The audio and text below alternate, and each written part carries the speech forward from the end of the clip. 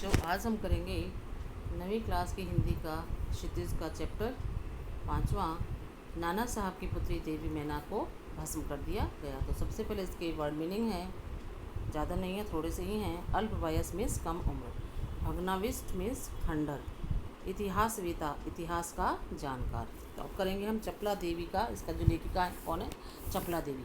तो चपला देवी का जीवन और साहित्यिक परिचय। जीवन परिचय। जीवन के बारे में चपला देवी द्विवेदी युग की लेखिका मानी जाती हैं। इनके व्यक्तित्व एवं कृतित्व के बारे में अधिक जानकारी उपलब्ध नहीं हो पाई है। इनकी रचनाएं थी। चपला देवी ने स्वतंत्रता आंदोलन के दिनों में रिपोर्टाज लिखे थे। नाना साहब की पुत्री देवी मैना को भस्म कर दिया उनके द्वारा रचित प्रसिद्ध रिपोर्टाज है। उनकी अन्य रचनाओं के संबंध में हिंदी साहित्य का इतिहास मौन है, मतलब हिंदी साहित्य में इनका कोई अधिक इतिहास में इनकी रचना अधिक नहीं है। अगला हेडिंग आएगा भाषा शैली। चपला देवी द्वारा रचित रिपोर्टाज शैली का प्रारंभिक रूप है। इसमें लेखिका ने तत्कालीन प्रचलित लोक बोलचाल की भाषा का प्रयोग किया है। इसमें क्रूरता, विद्रोह, दमन, वासस्थान, अल्प वयस आदि तत्सम प्रधान शब्दों के अतिरिक्त महल, बरामदा,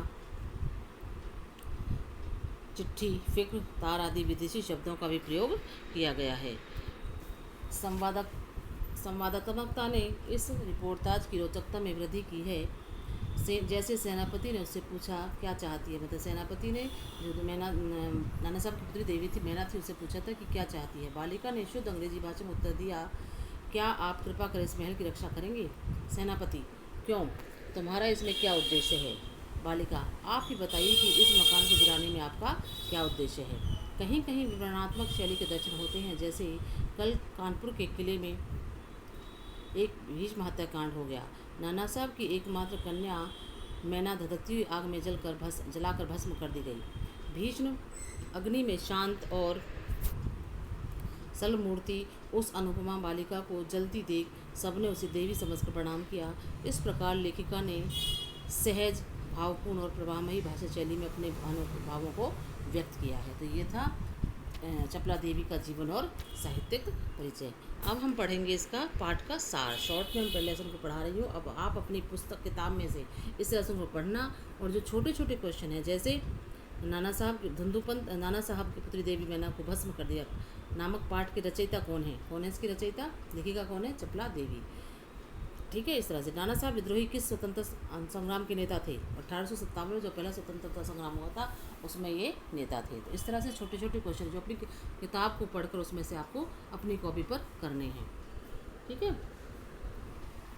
तो नाना साहब की पुत्री देवी मैना को भस्म कर दिया गया चपला देवी द्वारा रचित रिपोर्टाज हैं, जिसमें लेखिका ने सन 1857 ईस्वी की क्रांति के नेता धुंधुपंत नाना साहब की पुत्री मैना को अंग्रेज़ों द्वारा जलाकर मार डालने का हृदयस्पर्शी वर्णन किया गया है।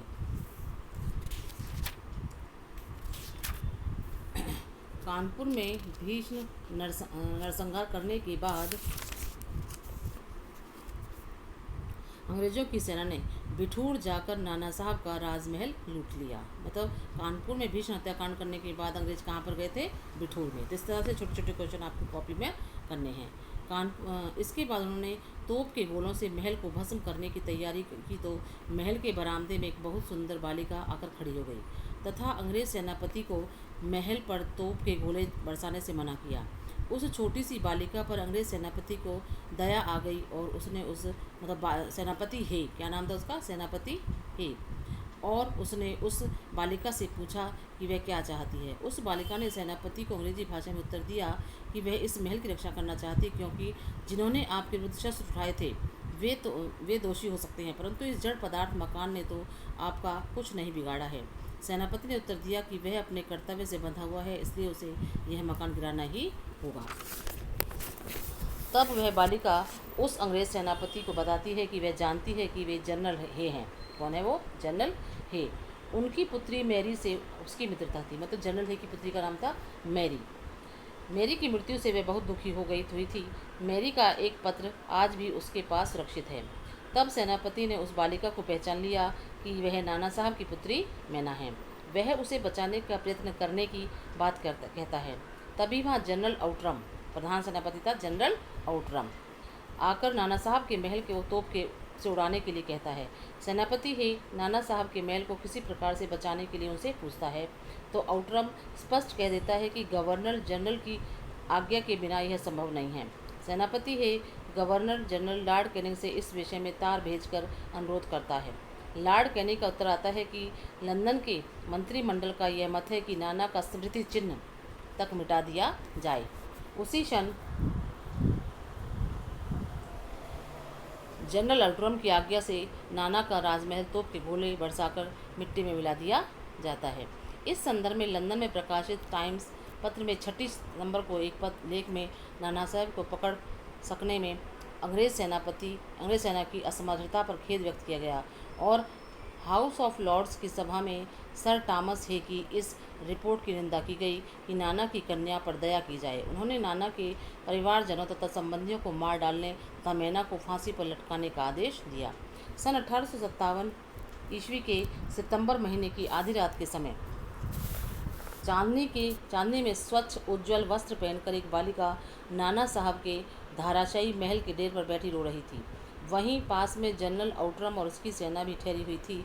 बालिका के रोने की आवाज़ सुनकर वह वहां पहुंच गया और उसने उसे पहचान लिया कि यह तो नाना की पुत्री मैना है। उसने उसे गिरफ्तार कर लिया और उसे कानपुर के किले में लाकर कैद कर दिया गया। बाद में महाराष्ट्रीय इतिहासकार महादेव चित्तनवीस के समाचार पत्र बाखर में यह प्रकाशित हुआ कि कल कानपुर के किले में नाना साहब की पुत्री मैना धधकती हुई आग में जलकर भस्म कर दी गई। भीषण अग्नि में भी शांत भाव से उस बालिका को जलती देखकर सबने उसे देवी समझकर प्रणाम किया। तो इस तरह से ये पाठ का सार हो गया है। तो जो क्वेश्चन, एक तो इसका करना है आपको जीवन परिचय, जो लेखिका का जीवन परिचय उसे याद करना है, कॉपी पर लिखना है और अपनी किताब को पढ़कर उसमें छोटे छोटे जो क्वेश्चन हैं उनको कॉपी पर लिखना है।